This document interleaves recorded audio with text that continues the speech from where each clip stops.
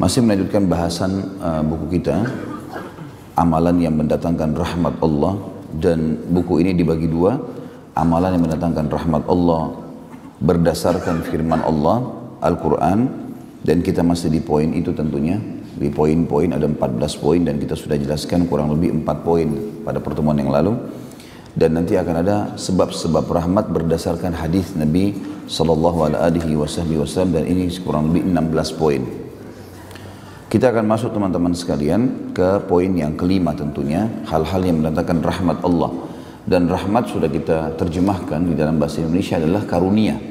Dan karunia hanya akan didapatkan atau diistilahkan, digunakan istilah ini bagi orang yang mendapatkan sesuatu yang di luar jangkauan manusia atau tidak umum.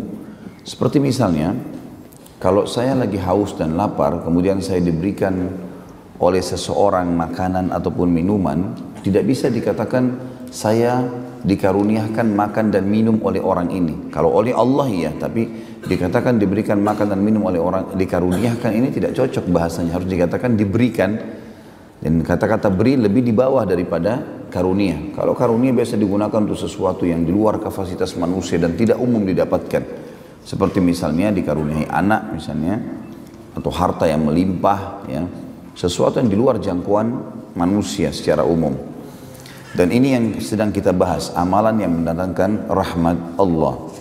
Dan sudah kita bahas poin pertama, masalah beriman kepada Sang Pencipta Allah, tentang keberadaannya, wujudnya, kemudian kita patuh kepada syariatnya, dan juga kufur kepada tagut, kufur kepada semua yang disembah selain Allah, apapun sifatnya. Karena kata kuncinya la ilaha illallah. Kemudian setelah beriman kepada Allah, yang kedua sudah kita bahas juga masalah mentaati Allah dan Rasulnya. Dengan dalil-dalilnya banyak sekali ayat Al-Quran yang menyebutkan kalimat la'allakum turhamun, la'allahum yurhamun ya. Ini semua atau la'allakum turhamun umumnya ayat ini semua menyebutkan bagi orang-orang yang taat kepada Allah dan Rasulnya. Kemudian yang ketiga dan yang keempat, yang ketiga mengikuti Al-Quran dan mengamalkannya, dan yang keempat mendengar Al-Quran dan diam atau insat, menyimak dan merenunginya. Pada kesempatan sekarang kita akan bahas insyaAllah poin kelima dan keenam, bergabung antara memohon ampunan dan taubat. Memohon ampunan dan taubat. Saudaraku seiman, ada sebuah kapal penyelamat.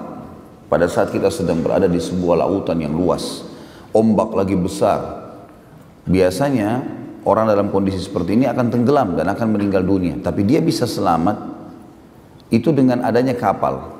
Dan kapal penyelamat pada saat ombak lagi berkecamuk dan kita tidak memiliki tunggangan sedikit pun atau apapun di atas lautan, itu kapal penyelamat itu namanya taubat. Bagaimana tidak teman-teman sekalian?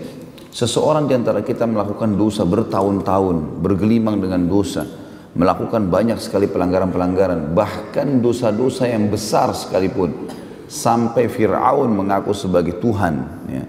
Orang-orang melakukan dosa-dosa syirik, dosa-dosa yang besar, dan bertahun-tahun kalau kita bahasakan sudah berkarat dengan dosa itu, tetap dengan fasilitas taubat ini dia terselamatkan. Dia taubat di akhir hidupnya terselamatkan ya. Di zaman Nabi SAW ada orang-orang yang mengaku sebagai Nabi, ada orang yang kufur kepada Allah dan Rasulnya, tapi di akhir hidupnya bertaubat, masuk Islam. Seperti Ikrimah bin Abi Jahal ya, yang sempat mendukung ayahnya Abu Jahal dalam kekufuran. Kemudian dia taubat nasuha. Dan pada saat dia taubat, akhirnya dia merasakan kenikmatan iman dan dia menghabiskan sisa umur dalam ketaatan. Sampai-sampai karena ikhlasnya taubatnya, dia setiap kali melihat Al-Quran, dia memegang lalu meletakkan di dadanya sambil mengatakan, ini firman Tuhanku yang aku lalaikan, ini firman Tuhanku yang aku lalaikan, sambil dia menangis radhiyallahu anhu.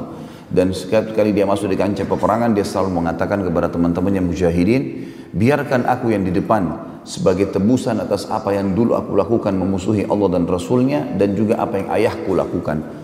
Sampai beliau terbunuh mati syahid di perang Yarmuk ya. Jadi ada orang-orang subhanallah telah melakukan perbuatan-perbuatan yang salah, tapi Allah subhanahu wa ta'ala memberikan kepada dia solusi, jalan keluar. Bahkan kita tahu sama-sama hadis yang sudah masyhur, Allah gembira dengan taubat hambanya. Allah gembira dengan taubat hambanya. Jadi kalau kita berbuat salah, syaitan seringkali menunggangi keadaan Seakan-akan dosa itu sudah terlanjur kita lakukan dan tidak mungkin diampuni oleh Allah. Atau mungkin dia membisikkan mengatakan, kan sudah terlanjur kau lakukan, tidak apa-apa ulangi aja. Padahal sebenarnya orang-orang yang melakukan perbuatan dosa sekali beda hukumannya dengan orang melakukan perbuatan dosa berulang kali. Ingat saudaraku seiman, setiap kali kita berbuat kebaikan, maka balasan yang akan datang dari Allah, dari rahmatnya, itu lebih besar daripada perbuatan kita. Begitu pula dosa-dosa yang kita lakukan, sekecil apapun, hukumannya lebih berat daripada perbuatan kita. Tidak ada orang yang berzina sejam di hotel, lalu Allah hukum penyakit dengan sejam misalnya. Enggak, Allah hukum dengan mungkin 5 tahun sakit, mungkin 10 tahun sakit. Jadi perbuatannya lebih, efek balasnya lebih besar daripada perbuatannya. Dan sudah pernah kita jelaskan juga dalam beberapa kali contoh-contoh pengajian kita. Kalau masih diingat, saya membahasakan sebenarnya item yang diharamkan jauh lebih sedikit dibandingkan item yang dibolehkan. Kalau Allah dengan kemahamurahannya menunggangi atau memberikan kepada kita tugas atau beban seperti misalnya hawa nafsu, pengen makan, pengen minum, pengen biologis, lalu Allah tidak siapkan fasilitasnya, mungkin wajar orang melanggar. Ini enggak, fasilitasnya dikasih. Dan ingat teman-teman sekalian, kalau ada waswas syaitan yang mengatakan kepada kita bahwasanya kalau berbuat dosa, ya maaf, kalau orang yang berbuat pelanggaran dosa itu sama saja kedudukannya dengan orang-orang yang berbuat pahala. Ya, atau misal was-was yang lain, misal orang yang ke diskotik sama ke pengajian, sama aja itu, sama-sama aja kok. Ya. Artinya sama-sama menikmati hidupnya. Enggak sama, beda sekali ini. Nanti kita akan bacakan beberapa ayat yang menjelaskan masalah itu, perbedaannya jauh sekali gitu. Baik dalam kehidupan mereka ataupun kematian mereka. Dalam hidup dan mati semuanya berbeda. Tidak akan pernah sama orang yang berbuat dosa dengan orang yang berbuat amal saleh. Baik kehidupan ataupun kematian mereka. Dan syaitan seringkali membisikkan kepada kita was-was teman-teman. Was-wasnya begini. Kalau kau menjadi orang alim atau kau menjadi orang baik atau orang soleh dan solehah, berarti hidupmu akan susah. Misal, belum saatnya sekarang alim, saya masih muda, atau belum saatnya saya menjadi orang yang baik atau soleh dan soleha atau patuh, karena nanti susah menikah, nanti susah bekerja, nanti susah dapat bergaul gitu kan. Akhirnya banyak anak-anak muda kita yang menunda taubatnya, menunda kembali ke jalan Allah, seakan-akan umur-umur dia yang merupakan prestasi terbaiknya, misal jenjang pendidikan SMP sampai SMA, ini biasanya di Indonesia dipakai untuk hal-hal yang haram. Padahal ini pondasi bagaimana dia mengatur hidupnya ke depan. Rusak di sini, rusak di sana gitu. Kalau di umur-umur ini yang dianggap dengan masa puberitas awal, kita lihat sinetron-sinetron, film segala macam Indonesia, gambarannya umur ini saatnya puas-puasin berbuat dosa. Ya, saatnya berzina, saatnya coba-coba obat-obatan, saatnya begini, saatnya tawuran, saatnya segala macam. Masih muda. Kadang-kadang bahkan orang tuanya mengatakan, oh enggak apa-apa, dulu ayah juga dan ibu masih muda seperti kamu. Kan gitu. Ini bahaya sekali ya. Justru pada saat umur-umur ini prestasi terbaik. Kalau di umur ini masuk ke pesantren, belajar Al-Quran, belajar hadis, di sini terbentuk pribadinya. Kalau di umur ini tidak berzina teman-teman sekalian, tidak akan zina sampai dia mati. Tapi di sini dia buka pintu zina, dia zina nanti ke depannya gitu ya. Di sini dia buat ketaatan hafal Quran, dia akan hafal Quran, dia akan jaga sampai dia meninggal dunia. Kita bisa renungi tentunya beberapa ayat Al-Quran yang menjelaskan kepada kita tentang apa yang saya sampaikan tadi, dan kita bisa lihat bagaimana Allah Azza wa Jalla dengan sangat rinci menjelaskan kepada kita. Yang pertama itu disebutkan dalam surah Sad, surah nomor 38 ayat 28. Surah Sad, surah nomor 38 ayat 28. Silakan dibuka Qur'annya biar tahu kita tadabburi. A'udzu billahi minasyaitonir rajim. Am naj'alul ladzina amanu wa amilus solihati kal mufsidina fil ardi am naj'alul muttaqina kal fujjar. Mana bisa kami samakan antara orang-orang yang beriman dan beramal soleh dengan orang-orang yang membuat kerusakan di muka bumi? Atau mana bisa kami menjadikan orang-orang yang patuh, muttaqin dengan orang-orang yang durhaka, fujjar? Enggak bakal sama. Orang yang baik, orang yang soleh dan soleh disukai sama Allah. Allah janjikan pahala yang besar dari perbuatannya, dan juga Allah buat manusia suka. Pernah saya kasih contoh orang yang bakti sama orang tuanya, orang yang jujur, orang yang amanah, orang yang dermawan, semua ini pasti Allah suka, Allah janjikan pahala besar, Allah juga membuat manusia suka. Dan pada saat dia hidup pun dikenang kebaikannya, si fulan, oh si fulan baik ya, si fulan tuh begini, si fulan tuh begini. Kalau dia mati, oh iya si fulan baik. Beda dengan orang fujar, orang yang durhaka. Allah benci perbuatannya, Allah ancam dengan ancaman yang berat. Ya, seperti riba, zina, segala macam dusta, ya, durhaka sama orang tua, Allah benci, Allah ancam dengan ancaman berat, Allah buat manusia benci. Orang tidak ada yang suka, hidupnya dibenci, orang oh itu si fulan suka gunjing tuh, oh si fulan tuh suka mukul, si fulan tuh suka begini, dikenang buruk pada saat dia hidup. Kalau dia mati lagi lebih parah, banyak orang yang mengenang keburukan. Kita dengarkan surah lain, surah Ghafir, ayat lain maksud saya, surah nomor 40 ayat 58. Surah nomor 40 ayat 58. A'udzu billahi minasyaitonir rajim. Wa ma yastawil a'ma wal basir wal ladzina amanu wa 'amilus solihati walal musii qalilan ma tatadzakkarun. Tidak akan pernah sama antara orang buta dan orang melihat. Mustahil. Orang yang melihat lebih leluasa beraktivitas. Dia tahu ada bahaya depannya, ada lubang, ada orang yang mau berbuat jahat, dia tahu. Ya. Kalau orang tidak melihat, orang buta susah. Kata Allah tidak akan pernah sama orang yang buta dengan orang yang melihat.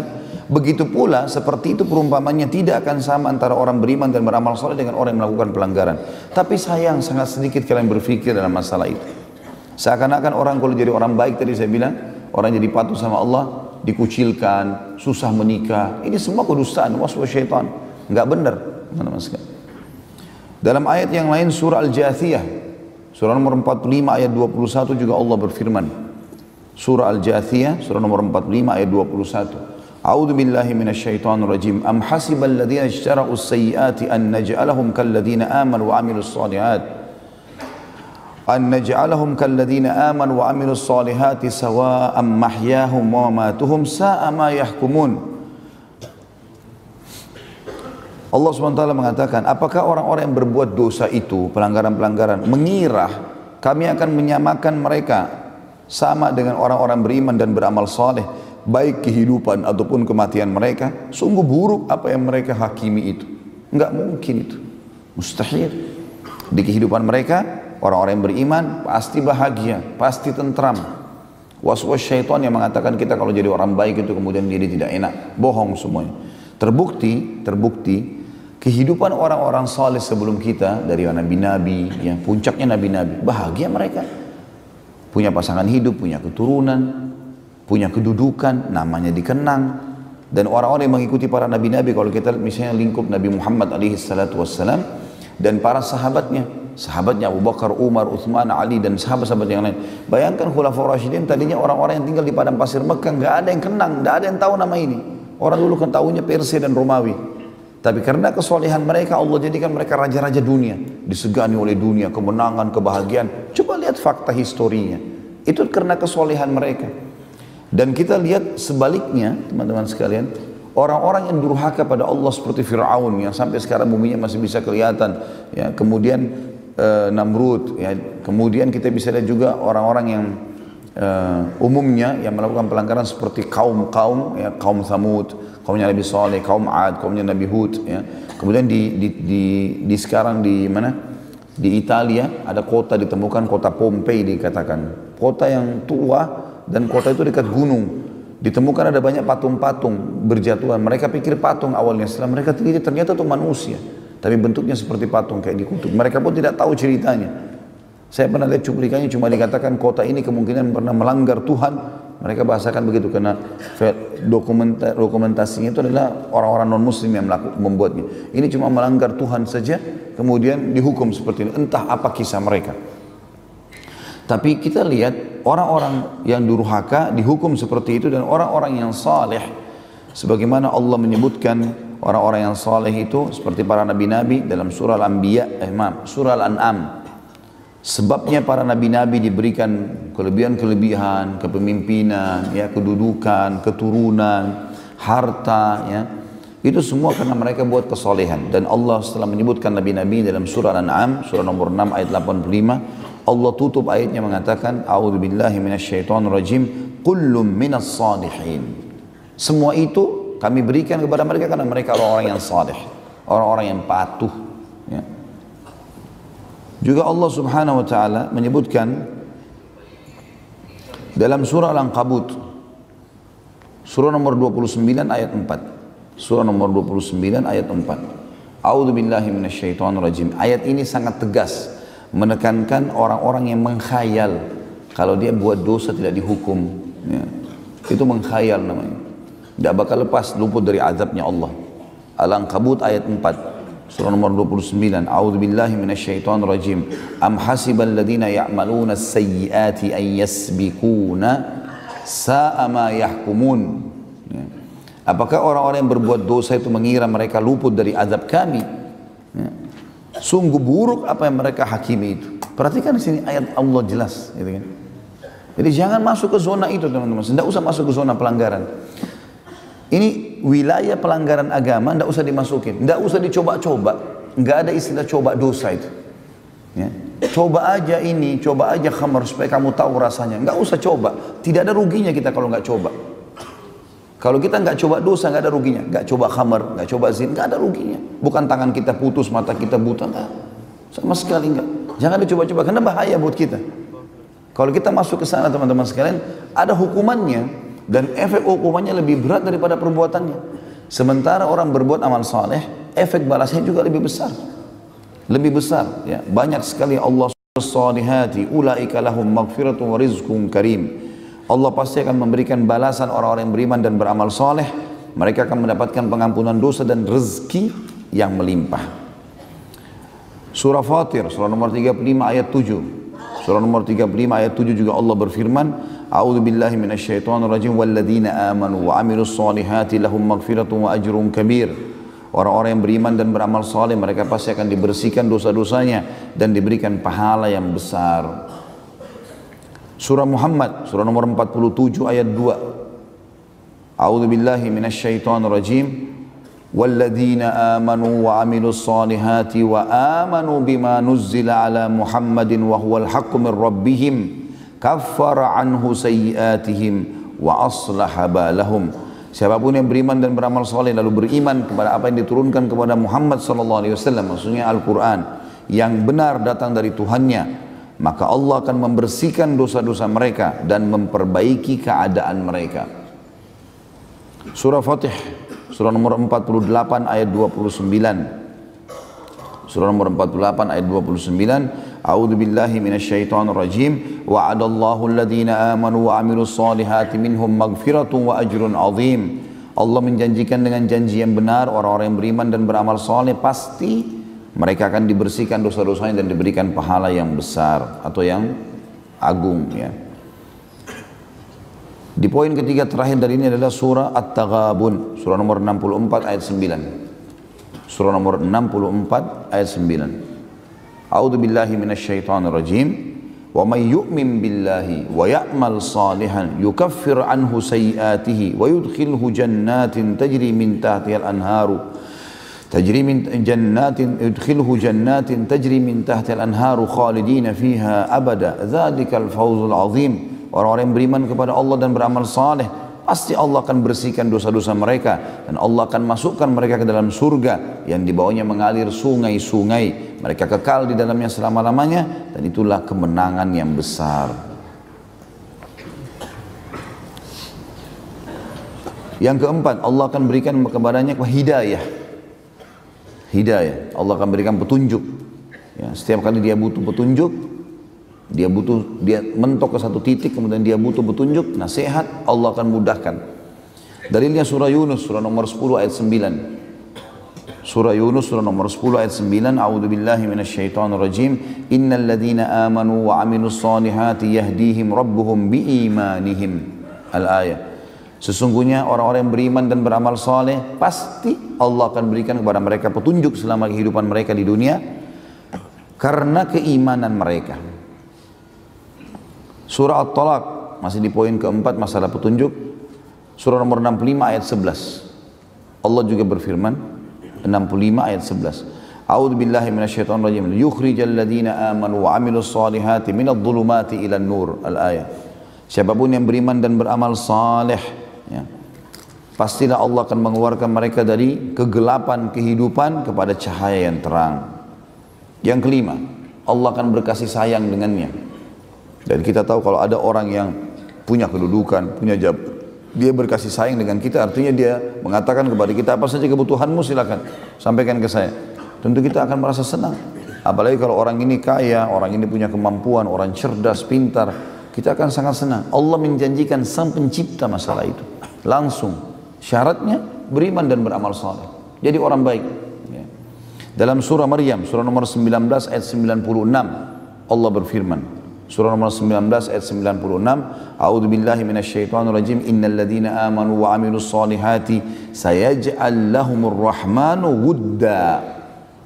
Kalimat wuddanya jadi saksi bahasan. Sesungguhnya orang-orang yang beriman dan beramal saleh pasti zat yang maha penyayang Allah akan berkasih sayang padanya. Wudda, ya, mengasihi dia.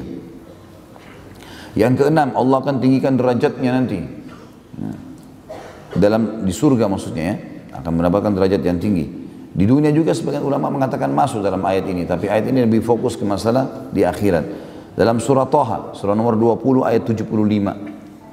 A'udzu billahi minasyaitonir rajim. Thaha 20 ayat 75. Wa may ya'tihi mu'minan qad 'amilas salihati fa ulaika lahumud darajatul 'ula. Siapapun yang bertemu dengan Allah pada hari kiamat sementara dia beriman dan beramal saleh, maka pasti mereka akan mendapatkan derajat yang tinggi. Yang ketujuh, dijamin keamanan untuk mereka.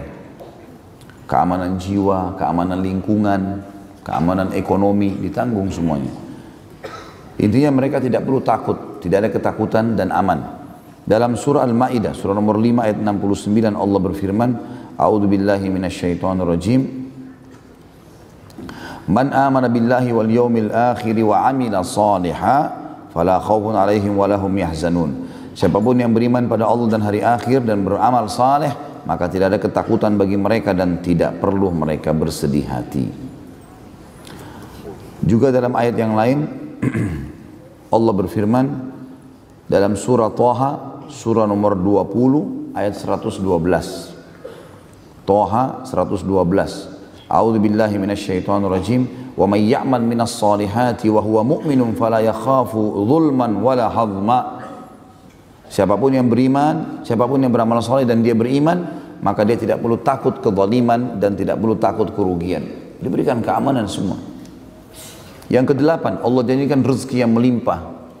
Jadi perhatikan bertubi-tubi. Kita lihat janji-janji Allah yang besar. Ini yang baru saya sempat susun, ya. Mungkin masih banyak yang luput dari saya. Tapi ini saya sudah cukup buat kita. Rezeki yang melimpah disebutkan dalam surah Al-Hajj. Surah nomor 22 ayat 50. Surah nomor 22 ayat 50. A'udzu billahi minasyaitonir rajim. Falladzina amanu wa 'amilus solihati lahum maghfiratun wa rizqun karim. Orang-orang yang beriman dan beramal saleh, mereka pasti dibersihkan dosa-dosanya dan akan diberikan rezeki yang karim. Ya, karim itu berarti melimpah, mulia, ya. Kemudian dalam surah Ar-Rum, surah nomor 30 ayat 45. Ar-Rum surah nomor 30 ayat 45, Allah juga berfirman, A'udzu billahi minasyaitonir rajim, liyajziyal ladzina amanu wa 'amilus solihati min fadlih. Al-ayah. Allah pasti akan membalas orang-orang yang beriman dan beramal soleh dari karunia-Nya. Fadl, karunia, ya, rezeki. Kemudian yang kesembilan, Allah janjikan kedudukan di muka bumi. Diberikan jabatan, diberikan kedudukan. Dalam surah An-Nur, surah nomor 24 ayat 55. Pokoknya istiqomah saja. Nikmati halal, kerjakan perintah, tinggalkan larangan. Istiqomah saja. Makin kita pertahankan, makin lama makin kentar rahmatnya Allah datang. Kedudukan di muka bumi Allah sebutkan An-Nur 24 ayat 55. A'udzu billahi minasyaitonir rajim. Wa'adallahu alladhina amanu minkum wa 'amilus solihati la yastakhlifannahum fil ardi kama istakhlafa alladhina min qablihim wa la yumakkinanna lahum dinahum alladhi irtada lahum wa la yubaddilannahum min ba'di khawfihim amna ya'budunani la yushrikuna bi syai'a wa man kafara ba'da dzalika fa ulaika humul fasiqun. Allah menjanjikan dengan janji yang benar, siapapun yang beriman di antara kalian dan beramal saleh pasti akan diberikan kedudukan di muka bumi. Kata ulama bisa diberikan sampai kerajaan, ya. maka Allah akan memberikan kepada mereka kedudukan di muka bumi sebagaimana telah diberikan oleh kepada orang-orang soleh sebelum mereka, dan pasti Allah akan menetapkan atau memenangkan agama yang telah Allah ridhoi yang mereka pertahankan, dan Allah akan ganti ketakutan mereka menjadi keamanan. Syaratnya mereka menyembah dan patuh hanya kepadaku dan tidak menyekutukan aku dengan sesuatu apapun. Dan siapa yang kufur setelah ini, sudah ada penyampaian tapi tidak mau juga engah, ya, tidak mau juga sadar, maka mereka adalah orang-orang yang fasik. Jadi ini dijanjikan saksi bahasan kita akan diberikan kedudukan di muka bumi. Dalam surah Al-Anbiya, surah nomor 21 ayat 105, masih di poin 9 diberikan kedudukan. Al-Anbiya 21105. A'udzu billahi minasyaitonir rajim. Annal arda yarithuha ibadiyas salihun. Bumi pasti kami akan wariskan kepada hamba-hamba kami yang saleh. Jadi was-was syaitan saja itu yang mengatakan kepada kita kalau jadi orang saleh atau salihah, atau anak-anak dari kecil kalau kita buat hafal Quran, ajak ke masjid, ini berarti sudah terlalu kolot ini, ya. Garis keras lah, apalah segala macam. Ini nggak benar semua. Iya. Dianggap ini ajaran-ajaran yang keras, tidak penting, ya. Lihat bagaimana Allah janjikan. Yang ke-10, Allah janjikan rahmat setelah kedudukan di muka bumi. Rahmat karunia yang sedang kita bahas juga dalam buku kita. Jadi diberikan sesuatu yang di atas kapasitas dia sebagai manusia. Allah sebutkan dalam surah Al-Jathiyah, surah nomor 45 ayat 30. A'udzu billahi minasyaitonir rajim. Fa ammal ladzina amanu wa 'amilus solihati fayudkhiluhum rabbuhum fi rahmati. Al-Jathiyah ayat 30, ya, surah nomor 45. Siapapun yang beriman dan beramal saleh, maka pasti Tuhan mereka akan memasukkan mereka ke dalam rahmatnya. Pasti dijanjikan oleh Allah subhanahu wa ta'ala. Yang ke-11, Allah janjikan mereka selamat dari kerugian. Nah, jadi mendapat keuntungan beda, selamat dari kerugian beda. Nah, gitu. Jadi ini dua hal yang beda. Kalau misalnya orang dagang dapat keuntungan, itu sebuah prestasi. Selamat dari kerugian juga prestasi. Beda, ini dua hal yang berbeda. Makanya tadi kita bedain. Selamat dari kerugian ini Allah janjikan surah yang sudah kita hafal semua. Al-Asr, surah nomor 103. 3 ayat. A'udzubillahi minasyaitonir rajim. Wal 'asr, demi masa yang kalian lalui di dunia. Innal insana lafi khusr. Manusia pasti melalui kerugian-kerugian. Lalu kata Allah apa? Illal ladzina amanu wa 'amilus shalihat. Kecuali orang-orang yang beriman dan beramal saleh. Wa tawasaw bil haqq, saling mewasiatkanlah kebenaran ini, kata Allah. Ingat, beramal saleh dan beriman beramal saleh adalah keselamatan, ya, keberuntungan. Saling mengingatkan kebaikan ini, wa tawasaw bil haqq wa tawasaw bis sabr, dan saling mewasiatkanlah agar sabar dalam menjalani kebenaran atau mempertahankan kebenaran. Yang ke-12, Allah janjikan mereka menjadi generasi terbaik manusia, layak untuk dikenang kisah-kisahnya. Allah akan kekalkan kisah mereka sehingga jadi pelajaran mereka, generasi terbaik manusia. Surah Bayyinah, dalilnya surah nomor 98 ayat 7. A'udzu billahi minasyaitonir rajim. Illal ladzina amanu wa 'amilus solihati ulaika hum khairul bariyah. Khairul bariyah, generasi terbaik. Orang-orang yang beriman dan beramal soleh pasti mereka akan menjadi generasi terbaik. Kata ulama tafsir, akan dikenang kisahnya, akan menjadi contoh bagi manusia yang lain. Kita tahu misalnya Luqman. Luqman bukan seorang nabi, tapi dia seorang yang saleh. Lalu Allah kenang, disebutkan namanya dalam Al-Quran, surah Luqman, karena kesolehannya. Dan terlalu banyak kisah orang-orang saleh yang luar biasa. Allah kekalkan nama-nama mereka. Kemudian ke-13, setelah tadi 12 menjadi generasi terbaik, ke-13 Allah subhanahu wa ta'ala memastikan mereka akan bertemu dengan Allah. Dan bertemu dengan Allah dalam arti kata melihat Allah ini dan masuk ke dalam surga nantinya. Melihat Allahnya, kita garis bawahi kata-kata bertemu dengan Allah dan melihat Allah di surga. Dalam surah Al-Kahfi, surah nomor 18 ayat terakhir, ayat 110. A'udzu billahi minasyaitonir rajim. Faman kana yarju liqa'a rabbih falyamal amalan shalihan wa la yusyrik bi ibadati rabbih ahada. Siapa yang ingin bertemu dengan Tuhannya, artinya melihat Allah nanti di surga, karena nikmat terbesar surga melihat wajahnya Allah, maka dia semestinya beramal saleh dan jangan sekutukan Allah dengan sesuatu apapun. Yang ke-14, orang saleh dan salehah disuruh kita menikah dengan mereka dan disuruh kita menikahkan mereka. Kalau mereka melamar jangan ditolak, perintah Allah dalam surah An-Nur, surah nomor 24 ayat 32. A'udzubillahi minasyaitonirrajim. Ya. Jadi yang bujang-bujang ini bisa pakai sebagai hujjah ini. Wa ankihul ayama minkum was-salihina min ibadikum wa imaikum. Dan menikahlah kalian, ya. Kalau belum menikah maka disuruh menikah sama Allah gitu kan. Orang-orang yang sendiri di antara kalian menikah, atau nikahkanlah orang yang masih sendiri di antara kalian, dan orang-orang soleh dari hamba-hamba sahaya kalian laki-laki dan perempuan. Orang soleh jangan ditolak. Kemudian yang ke-15, Allah menyuruh kita berdoa kepada Allah, meminta agar generasi kita menjadi orang soleh. Kita jadi soleh, generasi kita jadi baik. Itu bagian dari ibadah. Jadi kita mencetak kader manusia ini, itu orang-orang soleh. Allah sebutkan dalam Al-Quran, dan jangan luput doa ini dalam setiap hari teman-teman. Baca doa ini, walaupun belum menikah juga baca. Ya, jadi nanti pun kalau sudah berumah tangga, ini doa sudah berfungsi buat dia. Jangan nanti tiba masa kemudian baru mau berdoa, tidak. Doa-doa yang kita baca akan berfungsi pada saat kita butuhkan.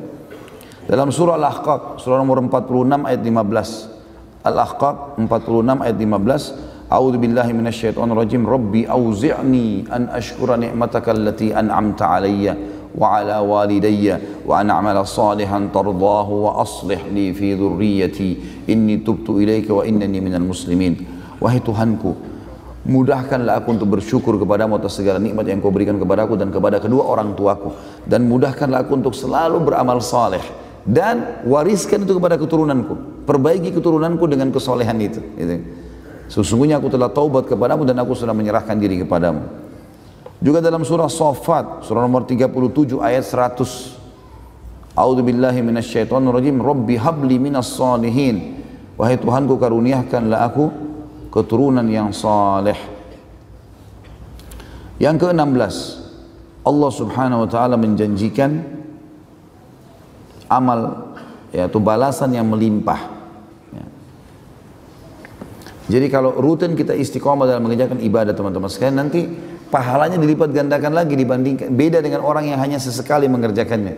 Saya kasih contoh, misal sebelum saya baca ayat-ayatnya, ada hadits Nabi SAW yang berbunyi, siapa yang sudah menjalankan atau dia sudah niatkan, dia sudah rutinkan membaca hizib dari Al-Quran, dia baca sebagian ayat Al-Quran yang dia niat dia mau baca di sholat malamnya dan tidak sempat dia baca, Allah akan catatkan baginya pahalanya lengkap. Misal antum sudah niat, nanti malam saya mau baca surah Ar-Rahman dalam sholat malam. Ternyata kita pas bangun sudah menjelang azan subuh, baru sholat 2 rakaat, baru baca mungkin 10 ayat dari Ar-Rahman. Sisanya Allah kasih pahalanya walaupun belum sempat dibaca. Juga ada hadits Nabi SAW yang berbunyi, siapa yang melakukan amal saleh di waktu dia senggang. Di waktu dia senggang, jadi artinya buat sehat, kayak kita sekarang Masya Allah nggak ada masalah. Di situ dia beramal saleh, gitu kan? Maka Allah akan catatkan baginya pahalanya di waktu dia sulit. Jadi misalnya pada saat dia masih sehat, dia selalu puasa Senin Kamis. Begitu dia sakit, dia nggak bisa lagi, tetap pahalanya jalan. Atau dia mukim, dia kerjakan selalu sholat qobliyah dan ba'diyah. Begitu musafir dia jamak qasar, kan tidak ada qobliyah dan ba'diyahnya, maka tetap dapat pahalanya. Seperti itulah. Jadi kalau rutin kerjakan ini, maka dia akan dilipat gandakan pahalanya. Banyak ayat di sini. Di antaranya adalah surah Al-Baqarah, surah nomor 2 ayat 277. Al-Baqarah 2, surah nomor 2 ayat 277. A'udzu billahi minasyaitonir rajim. Innal ladzina amanu wa 'amilus solihati wa aqamus sholata wa atuz zakata lahum ajrun 'inda rabbihim. Al-ayat. Orang-orang yang beriman dan beramal soleh, perhatikan selalu iman, amal soleh. Iman, amal soleh. Dari tadi kita sebutkan. Allah berfirman itu. Sesungguhnya orang yang beriman dan beramal soleh dan mendirikan solat dan memberikan zakat, mereka pasti akan mendapatkan pahala yang melimpah di sisi Tuhan mereka. Juga dalam surah Al-Imran, surah nomor 3 ayat 57, dan ayat yang sama terulang, tadi Al-Imran 3 ayat 57, terulang di An-Nisa, surah nomor 4 ayat 173. Jadi dua ayat ini terulang di dua tempat, Al-Imran 57 dan An-Nisa 173. A'udzu billahi minasyaitonir rajim. Wa ammal ladzina amanu wa 'amilus solihati fayuwaffihim ujurahum. Siapapun yang beriman dan beramal saleh pasti akan diberikan semua pahala mereka dengan melipat atau terlipat ganda. Dalam surah Al-Isra, surah nomor 17 ayat 9. Surah nomor 17 ayat 9. A'udzu billahi minasyaitonir rajim wa yubashshirul mu'minina alladziina ya'maluna shalihati anna lahum ajran kabira. Siapapun yang beriman dan beramal saleh maka pasti akan diberikan pahala yang besar, ya. Kemudian dalam surah Al-Kahfi surah nomor 18 ayat 2 Allah juga berfirman, A'udzu billahi minasyaitonir rajim wa yubashshirul mu'minina alladziina ya'maluna shalihati anna lahum ajran hasana. Kalau tadi ajran kabira, ya. Allah menyampaikan berita gembira kepada orang yang beriman dan beramal saleh, mereka pasti akan mendapatkan ajran hasana. Hasan artinya pahala yang menggembirakan dia. Juga kemudian dalam surah ini diulangi di 3 surah, ya. Sama ayatnya, surah Fussilat, surah nomor 41 ayat 8. Ayat ini sama di 3 surah. Fussilat 41 ayat 8, surah 41. Al-Insyiqaq 84 ayat 25. Dan At-Tin. At-Tin surah nomor 95 ayat 6. Saya ulangi lagi, di Fussilat surah nomor 41 ayat 8, Al-Insyiqaq surah nomor 84 ayat 25, dan At-Tin surah nomor 95 ayat 6. A'udzu billahi minasyaitonir rajim. Innal ladzina amanu wa 'amilus solihati lahum ajrun ghairu mamnun. Sesungguhnya orang beriman dan beramal saleh mereka akan mendapatkan pahala yang tidak akan pernah membuatnya sedih, atau maksudnya diberikan pahala yang melimpah. Yang terakhir 17 adalah masuk ke dalam surga. Allah SWT berfirman dalam surah Ghafir, ini mudah dihafal, surah nomor 40 ayat 40. A'udzu billahi minasyaitonir rajim. Wa man 'amila shalihan min dzakarin aw untha wa huwa mu'minun fa ulaika yadkhulunal jannata yurzaquna fiha bighairi hisab. Siapapun yang beramal saleh dari laki-laki dan perempuan sementara dia beriman, maka mereka pasti akan masuk ke dalam surga, di dalamnya diberikan rezeki tanpa batas. Kemudian dalam surah At-Talaq, surah nomor 65 ayat 11, orang yang beriman dan beramal saleh akan masuk surga. At-Talaq 65 ayat 11. A'udzu billahi minasyaitonir rajim. Wa may yu'min billahi wa ya'mal salihan yudkhilhu jannatin tajri min tahtiha al-anhar. Yudkhilhu jannatin tajri min tahtiha al-anharu khalidina fiha abada qad ahsanallahu lahu rizqa. Siapapun yang beriman kepada Allah dan berbuat amal saleh, pasti Allah akan masukkan mereka ke dalam surga-surga yang di bawahnya mengalir sungai dan mereka akan kekal selama-lamanya di sana. Maka Allah telah memberikan yang terbaik dari rezekinya. Kemudian juga dalam surah Al-Baqarah, surah nomor 2 ayat 25, Allah terus mengingatkan, ini cuma saya susun kurang lebih 5 atau 6 ayat. Sebenarnya ada lebih daripada itu. Kalau kita di Mu'jam Al-Fadh Quran, saya susun dari situ. Banyak sekali, mungkin puluhan ayat berhubungan dengan janji masuk surga ini. Al-Baqarah surah nomor 2 ayat 25, A'udzu billahi minasyaitonir rajim. Wa basyiril ladzina amanu wa 'amilus solihati anna lahum jannatin tajri min tahtiha al-anhar. Kullama ruziqu minha min thamaratin rizqan qalu hadha alladhi ruzikna min qabl wa utu bihi mutasyabiha wa lahum fiha azwajun mutahhara wa hum fiha khalidun. Sampaikan berita gembira kepada orang beriman dan beramal saleh bahwasanya mereka akan mendapatkan surga-surga yang mengalir di bawahnya sungai-sungai. Setiap kali mereka diberikan buah-buahan sebagai rezeki, mereka mengatakan ini yang kami sukai yang dulu kami diberi. Maksudnya kemarin dikasih, hari ini juga dikasih, tapi rasanya berbeda. Kemudian dikatakan dan mereka diberikan yang beragam macam. Sebagaimana ada hadis Bukhari menjelaskan masalah ini. Orang yang paling rendah di surga memiliki 10.000 pelayan. Orang yang paling rendah derajatnya 10.000 pelayan. Dan setiap pelayan membawa 2 nampan. Nampan dari emas di kanannya dan nampan dari perak di kirinya. Terisi dengan makanan 10.000 itu. Dan ahli surga tidak ada lagi lapar dan kenyang. Maka dia akan menikmati makanan itu, kata Nabi SAW, dia akan nikmati makanan itu dari piring pertama sampai piring yang terakhir. Kalau 10.000 orang yang membawa masing-masing 2 berarti 20.000 nampan. Dan itu luar biasa. Mereka dikasih, dikatakan wa utubihi mutasyabiha, diberikan kepada mereka yang beragam-ragam macam ini. Dan mereka diberikan juga pasangan-pasangan yang suci, ya. Serta mereka akan kekal di dalamnya. Kemudian Al-Baqarah surah nomor 2 juga ayat 82, A'udzu billahi minasyaitonir rajim. Walladzina amanu wa 'amilus solihati ulaika ashabul jannati hum fiha khalidun. Siapa yang beriman dan beramal soleh pasti mereka akan menjadi penghuni surga dan mereka kekal di dalamnya. Yang terakhir An-Nisa.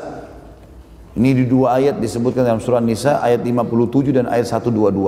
An-Nisa 57 dan 122. A'udzu billahi minasyaitonir rajim walladzina amanu wa amilus solihati sanudkhiluhum jannat. Dan orang-orang yang beriman, al-ayat tentunya, ada lanjutan ayatnya. Barang siapa yang beriman dan beramal saleh pasti mereka akan kami masukkan ke dalam surga-surga. Ya.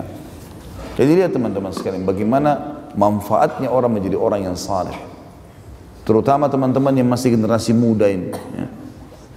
Yang masih muda itu habiskan umur kita di ketaatan. Dan ingat hadis Nabi SAW, Inna Allah yu'jibu min syabin laisa lahu sabwah. Allah kagum dengan anak muda yang tidak mengikuti hawa nafsunya. Jadi semua itu waswas syaitan. Masa muda habisi, mumpung, apa segala macam. Biar tahu rasanya. Nggak usah tahu rasanya dosa. Nggak perlu. Lebih baik kita tahu rasanya ibadah. Kan gitu. Dan jangan pernah wariskan keburukan kepada keturunan kita. Nggak boleh. Ya, saya sudah pernah jelaskan kalau dulu hamil di luar nikah, jangan sekarang lah hamil di luar nikah juga anaknya. Karena ada begitu ibu-ibu pakai jilbab, anaknya nggak pakai jilbab. Kenapa? Oh, karena masih muda. Nah, seakan-akan salah kalau pakai jilbab di masa muda. Enggak, ya. Kalau kurang masih kecil sudah pakai jilbab, gitu. Seperti itu. Anak-anak nggak diajak ke masjid laki-laki. Kenapa nggak diajak ke masjid ke pengajian? Oh, itu kan pengajian untuk orang yang sudah berumur. Salah. Justru mereka harus tahu apa yang kita tahu sekarang di masa kecilnya mereka. Bagus sekali. Ini saya acungkan jempol teman-teman yang bawa anak-anaknya. Asal anak-anaknya diberikan gambaran tentang masalah di pengajian Jakarta juga begitu saya sampaikan. Jangan lupa bawa anak-anak. Biasakan hiburan mereka di situ. Ya, nanti kalau diberikan pengertian dan mereka dengar ilmu itu luar biasa. Sampai ada beberapa ikhwah yang bawa anaknya, itu saya pengajian, anak itu sambil nulis SD, dinulis sama dia apa yang. Bahkan dia kadang-kadang dia liatin ayahnya tulisannya. Nah, ini luar biasa. Ada seorang ikhwah membawa anaknya kepada saya di salah satu pengajian Jakarta, bahwa Ustaz ini anak saya. Saya kira cuma mau salaman saja. Terus dia bilang, Ustaz ini anak saya dari 1 tahun yang lalu, saya biasakan dengar ceramahnya Ustaz. Dan sekarang setiap mau tidur, awalnya saya paksakan dengar. Sekarang dia nggak mau tidur kecuali dengar ceramahnya Ustaz. Dan dia sudah dengar kurang lebih 300 judul ceramah. Di SD, kelas 2, kelas 3 SD. Dia sudah bisa nampung 300 ceramah yang dia dengar. Bagaimana kalau dia dengar seterusnya? Itu generasi yang harus kita kader, gitu kan? Seperti itu. Jangan keburukan-keburukan teman-teman. Dan kita juga jadikan anak kita sebagai amal jariah.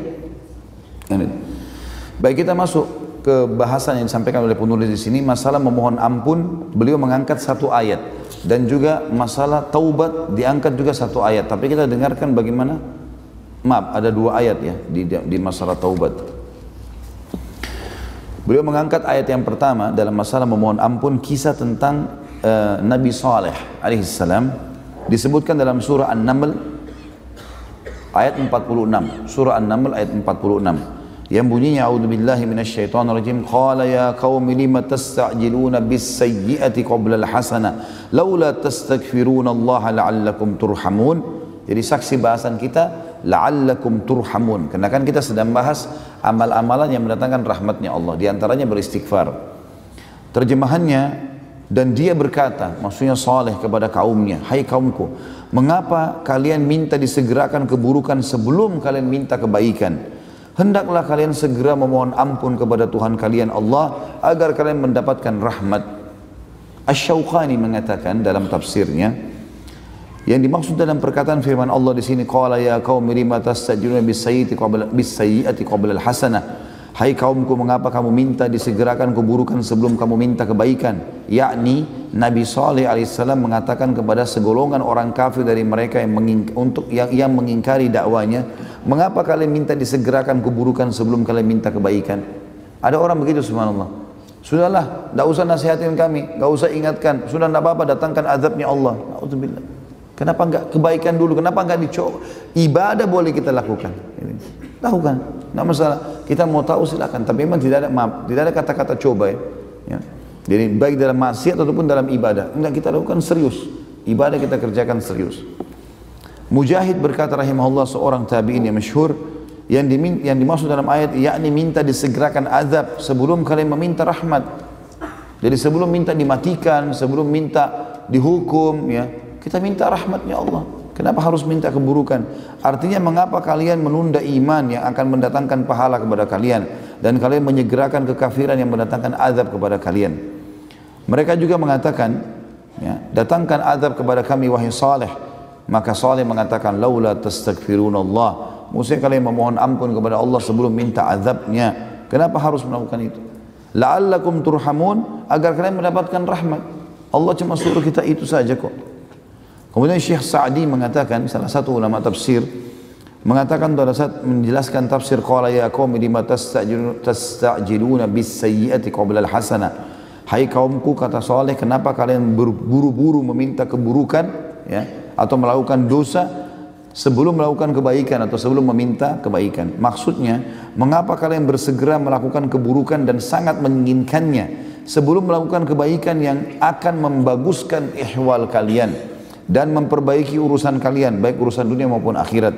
Padahal tidak ada alasan bagi kalian untuk pergi guna melakukan keburukan. Laula tastaghfirunallah, hendaklah kalian segera memohon ampun kalau sempat berbuat dosa, dengan bertobat dari kesyirikan dan kemaksiatan, serta berdoalah kepada Allah agar la'allakum turhamun, kalian mendapatkan rahmat Allah.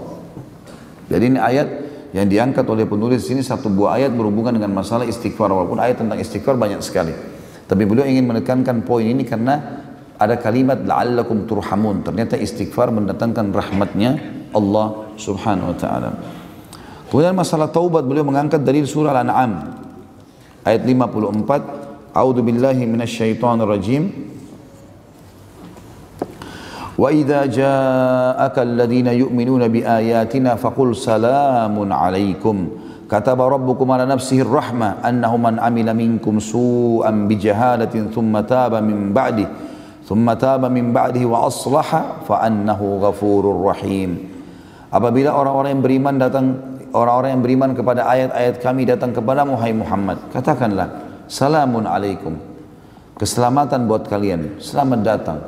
Rob kalian telah menetapkan atas dirinya kasih sayang. Jadi siapapun yang datang, termasuk para da'i-da'i, para duat, para ulama, didatangi majlisnya, walaupun orang itu buruk sekali dulunya, sambut mereka. Mau datang ke masjid, ahlan wa sahlan, silahkan. Selamat datang di majlis ilmu, selamat datang di zona ibadah, selamat datang di kumpulan orang-orang soleh. Itu yang kita katakan, disuruh ucapkan. Dan ketahuilah, Rob kalian telah menyampaikan dan berseru tentang atas dirinya kasih sayang, yaitu bahwa barang siapa yang berbuat kejahatan di antara kalian lantaran kejahilan, artinya dia belum tahu atau dia lalai sebelumnya, kemudian dia taubat setelah mengerjakannya dan setelah itu memperbaiki, mengadakan perbaikan, maksudnya sibuk dengan amal soleh, maka sungguhnya Allah Maha Pengampun lagi Maha Penyayang. As-Sa'di mengatakan dalam tafsirnya mengenai Al-An'am 54 ini, apabila orang-orang yang beriman datang kepadamu, hai Muhammad, maka ucapkanlah salam kepadanya, sambutlah mereka, sampaikan kepada mereka ucapan salam darimu, berikanlah kabar gembira kepada mereka dengan apa yang dapat menggiatkan tekad dan kemauan mereka, berupa rahmat Allah yang luas, kemurahan dan kebaikannya, serta anjurkanlah mereka kepada semua sebab dan jalan yang mengantarkan ke sana. Demikian pula takut-takutilah dia atau mereka dari melakukan dosa, atau sampaikan hal-hal yang membuat mereka takut berbuat dosa, dan perintahkan mereka untuk bertaubat dari dosa-dosa agar mereka mendapatkan pengampunan dan karunia dari Rabb mereka. Sebagaimana Allah mengingatkan tadi, kataba rabbukum ala nafsir rahmah annahu man amila minkum su'an bijahalatin thumma taba min ba'di wa aslah, al-ayat. Sebagaimana Rabbmu telah menetapkan atas dirinya kasih sayang, yaitu bahwasanya barang siapa yang berbuat kejahatan, maksiat, lalu kemudian karena kejahilan, kata ulama tafsir, jahil termasuk orang yang lalai. Dia tidak tahu hukum atau dia lalai. Dia tahu tapi dia melanggar. Dianggap jahil di sini. Ya, karena kalau dia tidak jahil, dia tidak akan melakukan. Ya. Kemudian ia bertaubat setelah mengerjakannya dan mengadakan perbaikan. Makna daripada ayat ini, kata beliau, di samping meninggalkan dosa dan menyesalinya, juga harus memperbaiki perbuatan, melaksanakan apa yang diwajibkan Allah, dan memperbaiki amal-amal yang rusak, baik amal-amal zahir maupun batin. Kemudian ayat yang mulia, kita tutup dengan ini, surah Az-Zumar ayat 53. Ini ayat yang paling luar biasa, berhubungan dengan masalah luasnya rahmat Allah. Ini teman-teman sekalian, luar biasa ayat ini. Ini solusi yang terdekat. Sampai seorang ulama, saya nonton cuplikannya, ditanya, ma hiya arjah ayah fi kitabillah, ayat apa kira-kira yang paling bisa kami harapkan? Maka orang ini, syekh ini membacakan ayat ini, surah Az-Zumar ayat 53. A'udzu billahi minasyaitonir rajim. Qul ya ibadiyalladzina asrafu ala anfusihim la taqnatu min rahmatillah innallaha yaghfiru dzunuba jami'a innahu huwal ghafurur rahim. Katakanlah hai Muhammad kepada hamba-hambaku, hai hamba-hambaku yang melampaui batas terhadap diri mereka sendiri, jangan kamu putus asa dari rahmat Allah. Jangan pernah bilang Allah tidak akan maafkan, dosaku terlalu besar. Tidak ada ceritanya. Sesungguhnya Allah mengampuni semua dosa-dosa. Sesungguhnya Dia yang Maha Pengampun lagi Maha Penyayang. Waktu dia jelaskan ini, pembawa acaranya sempat nanyakan begini, walaupun dia durhaka sama orang tua, kata beliau, walaupun durhaka sama orang tua, walaupun dia selama hidupnya riba, walaupun dia riba, walaupun dia berbuat syirik, walaupun dia buat syirik. Karena Allah mengatakan Allah ampuni semua dosanya, selama dia belum mati taubat, bersih. Ini ayat yang luar biasa nih. Makanya saya bilang dari awal teman-teman sekalian, taubat itu seperti kapal penyelamat itu. Jangan disia-siakan, kalau tidak kita tenggelam nanti. Dan ingat, setiap orang yang masih berpikir berbuat dosa teman-teman sekalian, ada solusinya yang halal. Babi haram, Allah ganti sapi, kambing, ayam, ikan, banyak gantinya. Allah haramkan khamar, gantinya susu, madu, sirup, banyak yang lain. Allah larang zina, Allah bolehkan nikah. Dan itu. Oleh karena itu yang bujang-bujang nikah segala. Saya selalu gitu godain orang bujang-bujang, tidak tahu tunggu apa ini. Hah? Allahu a'lam nunggu apa. Baik, sampai sini ada pertanyaan? Banyak. Ambil ilmunya, amalkan, mati masuk surga. Tak usah terlalu banyak nanya. Masya Allah.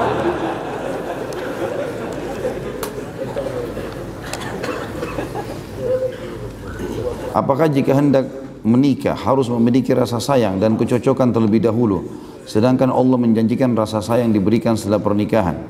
Karena mayoritas akhwat menolak, bahkan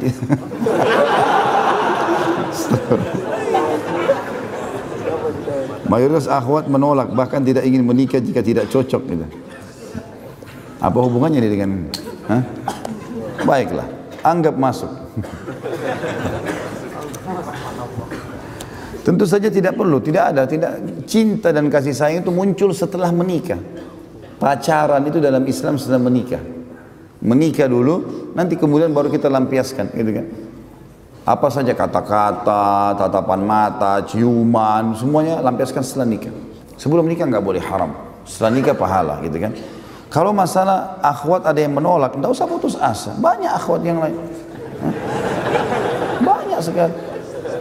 Jangan putus asa, ditolak lamaran di sini, tolak lamar yang sana. Ini nolak lamar yang sana. Insya Allah nanti dapat itu. Asal memang yang sepadan, kan itu. Kebanyakan orang ditolak karena memang tidak sepadan. Harus mengerti juga. Saya mau nikah harus tinggi, putih, cantik. Ya tunggu di surga bidadari. Jangan terlalu cerewet. Yang pendek datang nggak mau, yang tinggi nggak mau, yang gemuk nggak mau, yang kurus nggak mau. Mau yang mana? Rewel ini. Akhirnya nanti malaikat mau datang baru nyesal. Sudah nikah tutup mata. Bujang-bujang.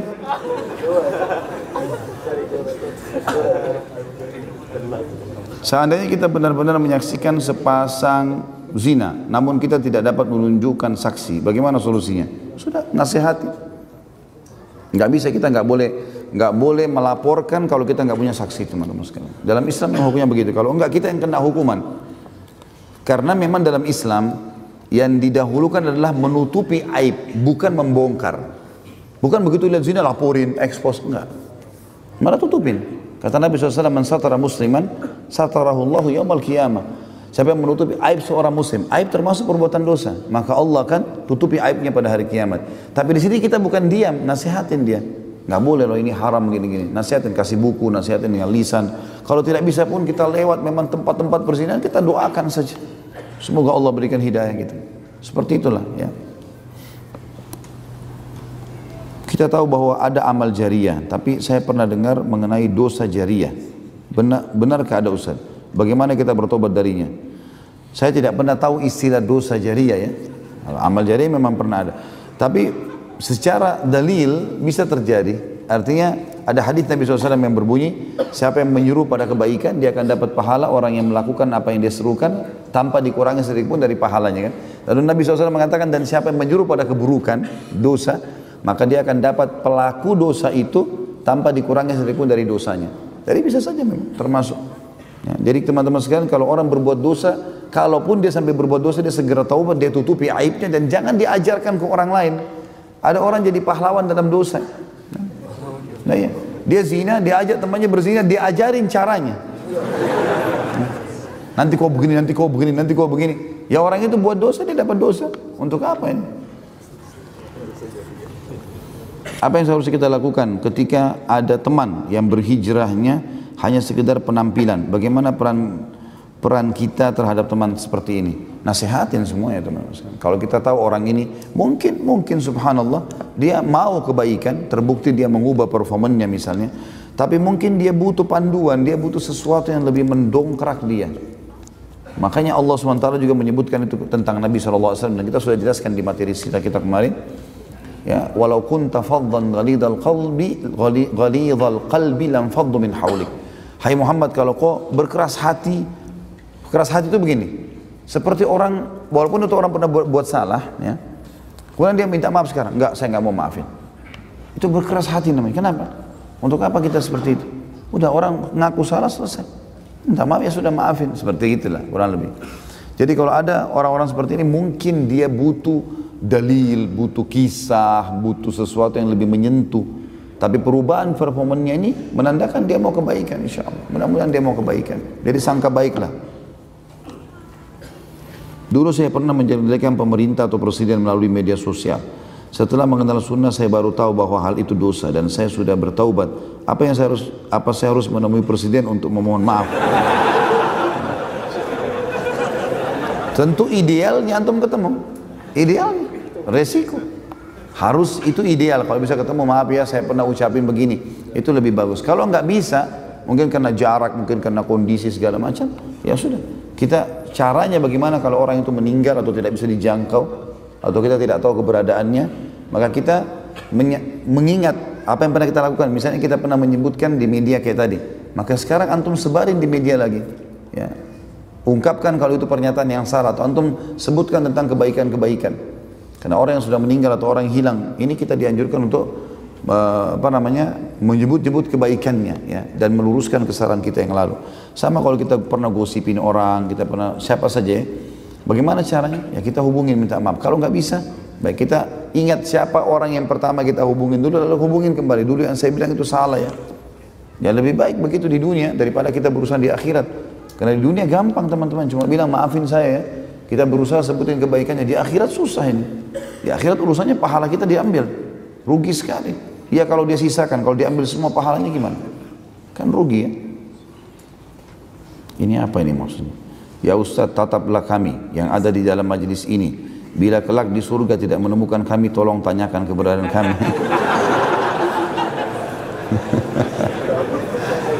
Antum beramal soleh, kita ketemu insya Allah. Tiketnya gampang, iman dan amal soleh. Tadi kita bahas itu. Dan tidak susah itu. Beriman sama Allah, nikmati halal, tinggalkan yang haram, dapat semuanya. Janji Allah nggak mungkin salah. Ya. Dan insya Allah Allah menemukan kita di sini dan juga di sana. Bagaimana cara menghilangkan waswas syaitan yang paling ampuh Ustaz? Karena ana merasakan gangguan di dalam diri ana sendiri, seperti terkadang datang tiba-tiba pikiran kotor dan hati yang selalu berucap kotor datang dengan tiba-tiba. Lalu bagaimana cara menghilangkannya? Ini waswas syaitan. Harus isti'adah. A'udzubillahi minasyaitonirrajim. Sering ucapkan itu. Insya Allah beberapa kali diulangi akan hilang. Itu yang pertama. Yang kedua, semua fasilitas yang bisa membawa kita pada dosa itu tinggalkan. Semuanya. Teman-teman, media, apa saja. Misal perzinahan, kita mau tinggalkan. Bagaimana caranya? Tinggalkan semua teman-teman yang bisa mengajak ke situ. Tinggalkan semua fasilitas ke situ. Tontonan, lihat, segala macam. Hindari. Dan insya Allah akan aman. Tapi yang penting adalah isti'adah kepada Allah subhanahu wa ta'ala. Dan juga bentuk komunitasnya, tinggalkan komunitas buruk tadi, fasilitas buruk, menuju kepada fasilitas yang baik dan komunitas yang baik. Saya mau bertanya tentang konsep rahmat. Mengapa orang yang tidak beriman terkadang mendapatkan rezeki melimpah, sedangkan sebagian serta kebagian dunia yang lebih dibanding orang yang beriman dan beramal saleh. Dan mengapa ada seseorang yang dilihat memiliki kemampuan dan pengetahuan mengenai agama yang cukup tinggi dan sering mengamalkan, tapi masih sering melakukan maksiat seperti zina, korupsi, riba dan lain-lain.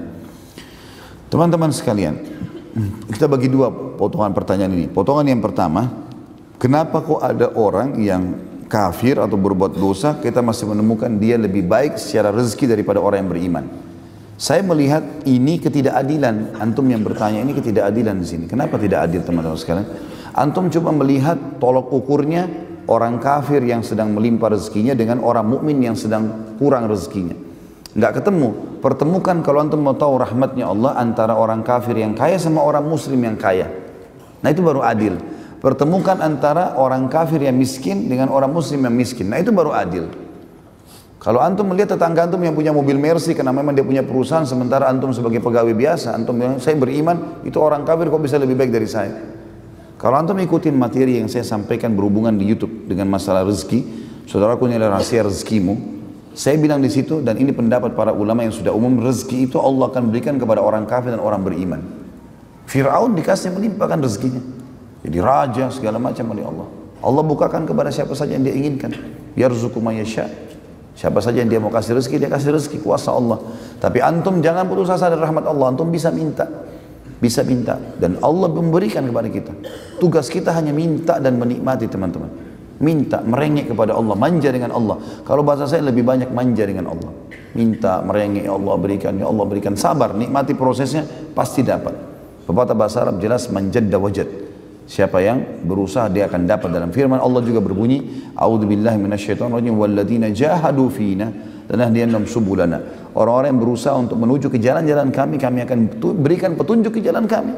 Artinya pasti akan ada titik finishnya, itu akan ada garis terakhirnya, aku akan dapatkan. Sabar. Kalau antum sudah mengatakan Rabbana atau Allahumma, ya Allah, itu pembukanya sudah ada garis startnya, udah ada garis finishnya itu. Antum tinggal nikmati proses. Mungkin tinggal 2 hari lagi berdoa Allah kasih.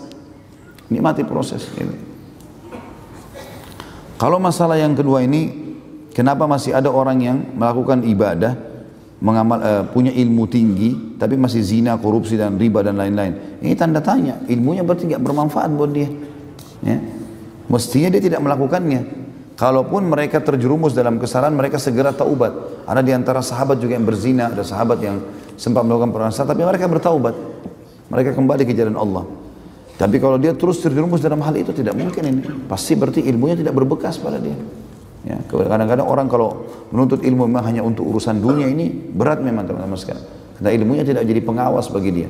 Tapi kalau dia niat ilmu itu, ilmu syar'i, seperti antum hadir di majelis ini, bukan hanya karena seremoni, hanya untuk meramaikan atau testimoni, coba-coba karena teman aja, enggak. Saya datang, saya mau dengar, apa sih agama sampaikan, lalu saya amalkan. Nah itu manfaatnya besar. Dan efek majelis ilmu yang ikhlas, itu pasti antum akan rasakan lebih dekat dengan Allah, lebih semangat ibadah, dan lebih takut berbuat dosa. Nah itu memang efeknya, itu dijaga. Dulu saya pernah kuliah dengan cara tanda kutip jalan belakang. Sekarang saya sudah lulus dan sudah bekerja. Dari ijazah yang saya dapatkan dengan cara tanda kutip tidak pantas. Apa penghasilan saya barakah atau haram? Bagaimana mengatasinya? Di sini dirincikan dulu yang dimaksud dengan cara yang tidak, cara belakang ini seperti apa. Kalau misal yang dimaksud dulu, saya waktu masuk kuliah saya nyogok misalnya, untuk masuk ya, untuk lolos, dosa dengan sogokannya. Tapi bagaimana dengan pada saat dia kuliah? Itu hukum lain, ulama bilang dipisahin. Dia kalau nuntut ilmu bagus segala macam, dia tahu, maka itu nggak ada masalah. Itu dia dosa dengan perbuatan awalnya, tapi rentetan ilmu yang dia pelajari bagus, tidak ada masalah. Tapi kalau yang antum maksudnya adalah beli ijazah, ini nggak boleh. Beli ijazah sehingga ijazah itu dipakai untuk bekerja, ijazah palsu, ini nggak boleh. Jadi bedain. Kalau hanya sekitar masuk karena persaingan kemudian dia bayar, ini dosa, ini sogokan, dan ini dosa besar. Tapi setelahnya kalau dia bekerja segala macam, ini adalah berbeda. Ya, tidak disangkut pautkan dengan pendapatnya yang tetap halal kalau pekerjaannya halal, atau tetap kuliahnya bagus, tidak ada masalah kalau memang itu adalah sesuatu yang baik saja gitu. Terlebih lagi kalau kata para ulama, orang hidup di wilayah-wilayah atau negara-negara yang tidak bisa lolos kecuali dengan cara seperti itu misalnya, dia tidak bisa lolos lagi, harus dengan cara itu. Kalau dia tidak memberi, dia tidak akan semua. Anda ingin tanyakan tentang adab berbicara pada orang tua. Sebelumnya Anda ingin menceritakan kalau sudah beberapa tahun terakhir ibu Anda mengalami masalah pendengaran dan setiap kali Anda berbicara selalu dengan nada tinggi dan selalu mengulang-ulang pembicaraan. Bagaimana hukumnya Ustaz? Apakah Anda termasuk orang yang berdosa? Innamal a'malu binniyat. Niatnya gimana? Kalau ibunya lagi pendengarannya enggak jelas gitu kan, kemudian diikuti niat, ini ibu saya waktu kecil suka marahin saya, ya sekalian saya teriak-teriak sekarang. Nah, itu dosa. Tapi kalau memang betul-betul ibunya nggak dengar, lalu kemudian dia tinggikan nadanya betul-betul murni hanya sekedar mau memberikan pendengaran, nggak ada masalah. Karena itu harus dilakukan. Kalau tidak ibunya nggak tahu apa maksudnya. Jadi di sini kembali kepada niatnya.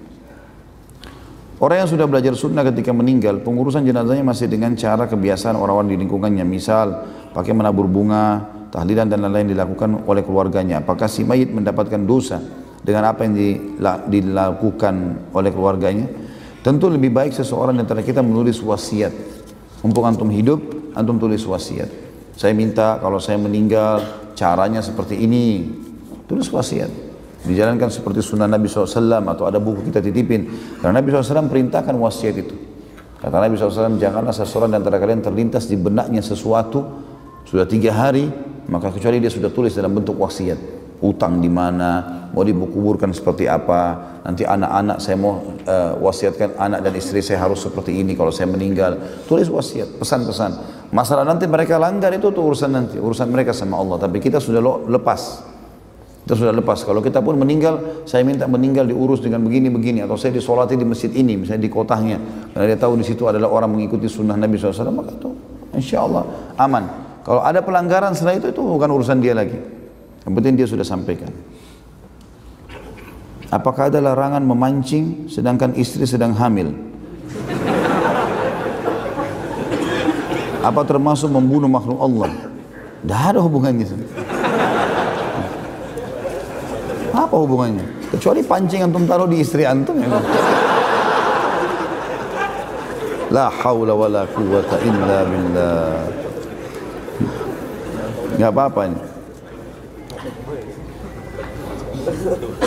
Bolehkah menikah dengan alasan saya takut terjerumus ke dalam maksiat dan posisi saya masih mahasiswa, dan ketika sudah menikah saya tetap melanjutkan kuliah saya dan bisa hidup masing-masing masih ditanggung oleh orang tua? Boleh sekali. Nggak ada hubungannya menikah dengan prestasi dunia. Kalau antum mau ke masjid nanti kalau ada motor atau ada kendaraan maka tidak akan sholat-sholat di masjid kan? Nggak dihubungkan dengan prestasi dunia, nggak ada hubungannya. Menikah nggak ada hubungannya dengan sarjana, nggak ada hubungannya dengan ijazah. Para sahabat itu mudah sekali mereka kalau mau nikah. Hari ini dia lihat cocok, dia datang ke rumah melamar, malam sudah suami istri.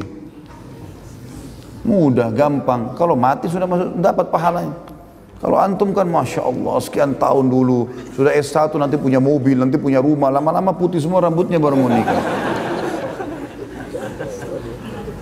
Menikah saya nggak ada hubungannya sama sekali. Jika saya pernah merusak barang orang lain dan saya pergi begitu saja tanpa adanya tanggung jawab dan saya sangat menyesali perbuatan, bagaimana cara saya bertobat? Sedangkan orang yang saya zalimi tidak pernah ketemu. Usahakan dulu, cari tahu di mana orang itu. Ini bahaya, haknya orang, nggak boleh main-main di sini. Harus cari dulu orang itu. Kalau betul-betul tidak ketemu, maka nilai barang itu atau barang yang sama sedekahkan atas nama orang itu. Misalnya handphone, kita beli handphone senilai itu. Misalnya nilainya dulu berapa? Senilai, bukan produknya ya. Karena kalau produk bisa saya sudah tidak muncul lagi nilainya. Misal pada zaman 5 tahun yang lalu HP ini harganya 10 juta misalnya. Kalau sekarang sudah nggak ada nilainya HP itu, mungkin sudah tidak keluar lagi. Jadi nilainya, nilai 10 juta pada saat itu kita keluarkan. Sedekahkan atas nama orang itu. Itu solusi terdekatnya. Sekarang anak terpaksa dan urgen kerja di perusahaan rokok. Apa anak salah Ustaz? Karena sudah cari-cari kerja belum ada yang terima. Sedangkan istri anak hamil. Anak bingung kalau nganggur nggak ada penghasilan untuk istri. Apa yang anak harus lakukan? Mohon masukannya. Terus kalau anak belum dapat kerja yang halal dan baik, anak takut resign. Sedangkan harus biaya istri. Terus tabungan anak sudah nggak ada. Barang-barang sampai ada yang sudah anak jual Ustaz. Sewaktu anak nganggur lama kemarin. Keluar dari pekerjaan riba terasa berat. Tapi semoga Allah memberikan keringanan anak. Ya akhi, Iman itu adalah keyakinan kepada Allah Subhanahu wa taala, dan Allah itu innallaha la yukhliful mi'ad. Allah tidak akan pungkiri janjinya. Enggak mungkin. Dan memang sudah menjadi, Allah janjikan baik-baik pasti. Di antaranya hadis Nabi SAW yang sahih, man taraka syai'an lillah abdalu khairan min. Siapa yang meninggalkan sesuatu karena Allah, antum tinggalkan bank riba karena takut dosa. Pasti Allah akan gantikan sesuatu yang lebih baik. Baik Ustaz, saya sudah berusaha melamar sana sini belum diterima. Akhirnya saya kerja lagi di perusahaan rokok. Sama antum dari riba ke rokok. Rokok sudah pernah kita jelaskan teman-teman. Ini sama saja dengan narkotika ini, tapi dilegalkan. Itu virus, bahaya sekali. Racun. Rokok tidak pakai expire. Dan sudah dipasang fotonya besar-besar situ, leher yang luka lah segala macam. Menyebabkan ini, menyebabkan itu. Sudah banyak sekali ancamannya. Dan tidak ada saya temukan ulama yang kembali kepada dalil yang benar menghalalkan masalah ini. Haram. Baik, bagaimana saya biaya hidup istri saya? Harus keyakinan teman-teman. Kerja apa saja. Tidak harus itu. Cari kerja yang halal. Walaupun hanya untuk menjadi waitress dulu di sebuah rumah makan, walaupun membantu apa di bangunan, apa saja, yang penting halal. Ada seseorang ikhwah kita di Jakarta keluar dari sebuah bank konvensional. Dulu dia jabatannya sangat tinggi sampai rumahnya mewah di Jakarta, mobilnya banyak segala macam. Dia sama saya setelah dengarkan ceramah kemudian ditinggalkan semua. Memang ada proses. Ada proses. Prosesinya memang begitu. Sama gini, kalau antum lapar, berdoa sama Allah, ya Allah, hilangkan lapar saya. Tiba-tiba laparnya hilang? Enggak mungkin. Pasti ada proses. Kita cari dulu makanan, ya. Kemudian atau ada orang yang kasih kita, lalu kita kunyah, ditelan dulu, baru hilang laparnya. Proses, nikmati proses. Saya melihat antum ini yang bertanya cuma karena kekhawatiran saja. Kekhawatiran, belum maksimal dalam berkorban. Mungkin antum selama ini kerja di bank konvensional misalnya 5 tahun. Sekarang baru 1 tahun resign atau 2 tahun resign. Masih belum berimbang antara pelanggaran yang pernah kita lakukan. Baik, coba dengan cara lain. Tidak mungkin. Kata Nabi SAW, siapa di antara kalian yang bertawakal kepada Allah, menyerahkan urusan perkaranya kepada Allah, benar-benar tawakal, maka pasti Allah akan berikan dia rezeki. Nah, sebagaimana Allah memberikan rezeki seekor burung yang pergi pagi hari, sorenya dia balik, dia sudah punya makanan. Semut di lubangnya Allah kasih rezeki. Bagaimana antum manusia yang berakal, ya, yang Allah mengatakan fi ahsani taqwim, sempurna semuanya, lalu kemudian kita rasa kita tidak bisa. Nggak mungkin itu. Yang lebih parah teman-teman, kalau kayak gini, ini jangan ditunda resignnya. Istri lagi hamil dikasih dari uang hasil gaji rokok. Ini kan bahaya sekali. Buat antum berbahaya, istri antum bahaya, antum berbahaya. Masalah jual barang, tidak usah khawatir, jual barang sudah. Bertawakal kepada Allah Subhanahu wa taala. Saya kasih contoh kisah.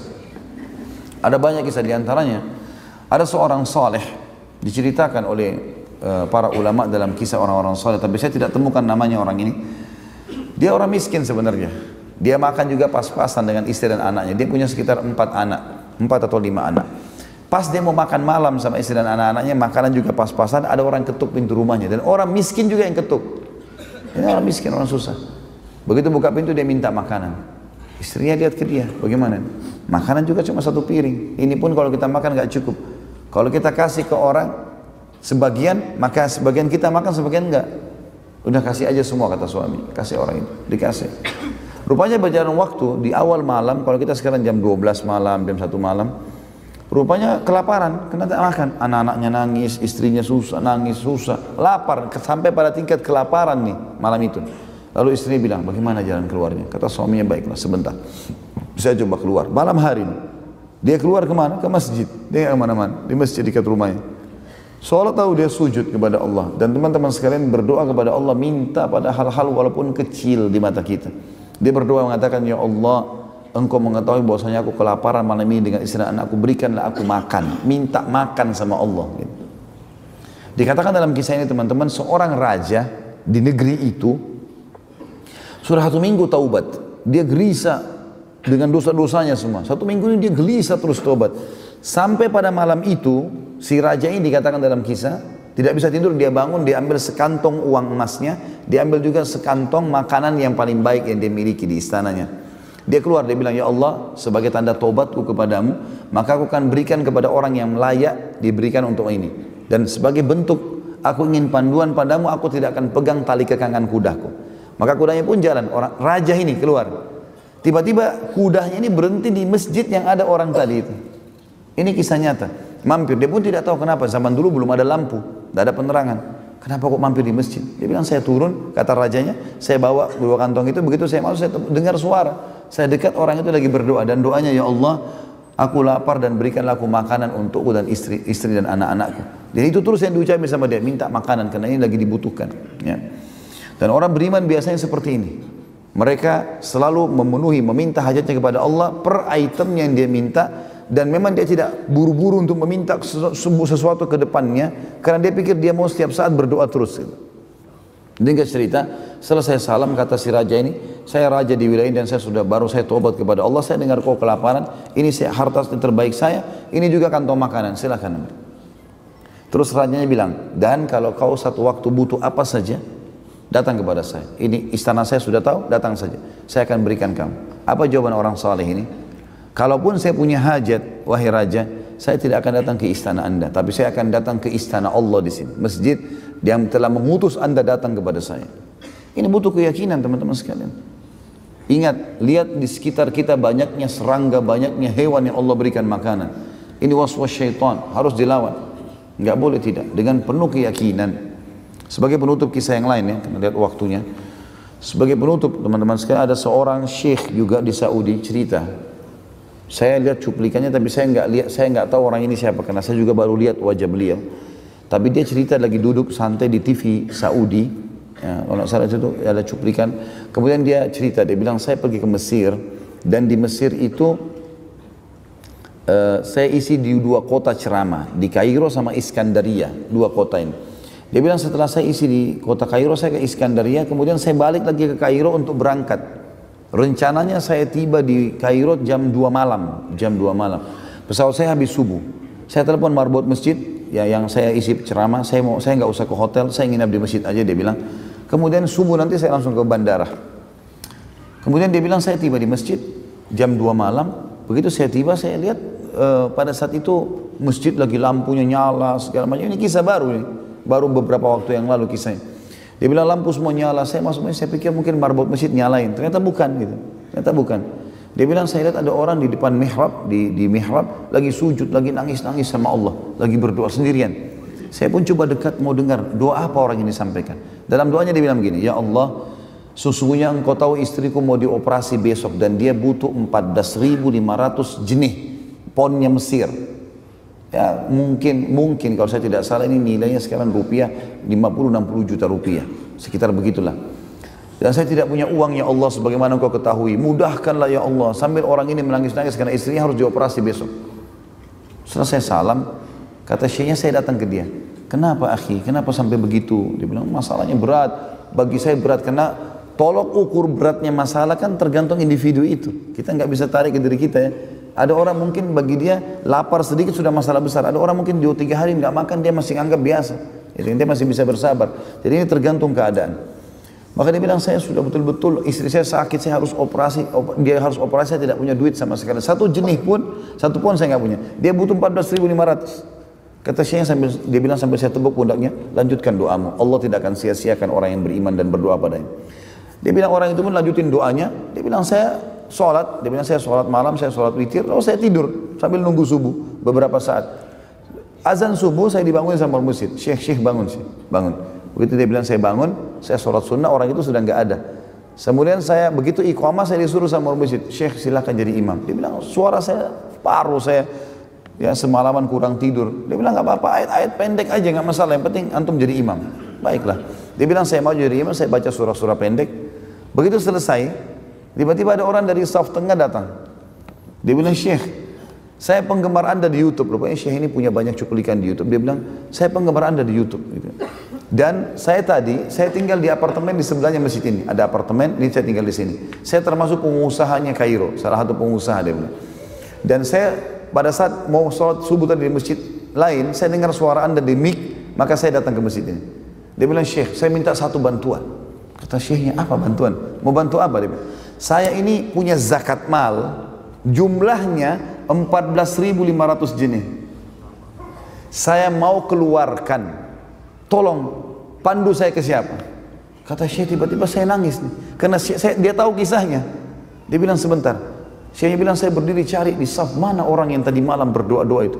Jumlahnya sama 14.500. Dia bilang begitu, saya lihat di ujung saf, saya panggil dia. Begitu dia datang, kata syekhnya, akhi, saudaraku, ceritain apa hajatmu. Ini orang ini mau dengar. Dia bilang, demi Allah syekh, istri saya lagi di rumah sakit, saya butuh bantuan, butuh 14.500 jenis. Tiba-tiba orang kaya itu nangis juga. Jadi syekh sama orang kaya nangis. Orang yang mau berapa sumbangan ini bantuan, tidak tahu kenapa dua orang ini nangis. Maka kemudian dia tanya, kenapa kalian nangis? Kata si orang kaya itu, sungguh Allah sudah memandu saya ke kamu. Ini 14.500 jenis zakat saya. Istri saya sudah ingatkan sudah 1 minggu. Selalu dia bilang, keluarlah, berikan haknya Allah di jalannya. Jangan ditahan ini. Dan saya selalu bilang, saya tidak mau bagi-bagi harta ini. Saya maunya, saya dapat kepada satu orang hamba Allah yang butuh bantuan, jumlahnya seperti zakat ini, yang dengannya Allah selamatkan saya di akhirat. Maka tiga-tiganya jadi nangis, kata Syekh. Ya, karena terharu lihat kejadian yang luar biasa. Maka kata Syekhnya, orang ini, orang yang sedang butuh bantuan ini, dia tiba-tiba saja melupakan saya, melupakan orang yang kasih zakat, dia menghadap kiblat, lalu dia mengangkat kepalanya ke langit sambil mengatakan, aku mencintaimu ya Allah. Cuma tinggal butuh keyakinan. Makanya kata Nabi SAW, Udu'u rabbakum mukinuna bil ijabah, fa inna Allah la yakbalu du'a min qalbin ghafil. Berdoalah kalian kepada Tuhan kalian dengan penuh keyakinan akan diijabah. Ya. Sesungguhnya Allah tidak akan menerima doa dari orang-orang yang hatinya lalai. Jadi harus kita garis bawahi poin ini teman-teman sekalian. Baik, ada pertanyaan dan kita tutup dengan itu tentunya. Mudah-mudahan majelis ilmu tidak pernah ditinggalkan, karena jadikan simbol hidup tidak ada hari tanpa ilmu. Karena itu ilmu adalah landasan agama kita yang mendatangkan keimanan, dan kalau iman sudah ada maka semuanya bisa berubah. Orang bodoh jadi pintar, penakut jadi pemberani, orang pelit jadi dermawan, dan semuanya menjadi baik dengan izin Allah subhanahu wa ta'ala. Mungkin begitu saja. Kalau benar dari Allah, kalau salah dari saya mohon dimaafkan. Subhanakallahumma bihamdika, asyhadu an la ilaha illa anta astaghfiruka wa atubu ilaik. Wassalamualaikum warahmatullahi wabarakatuh.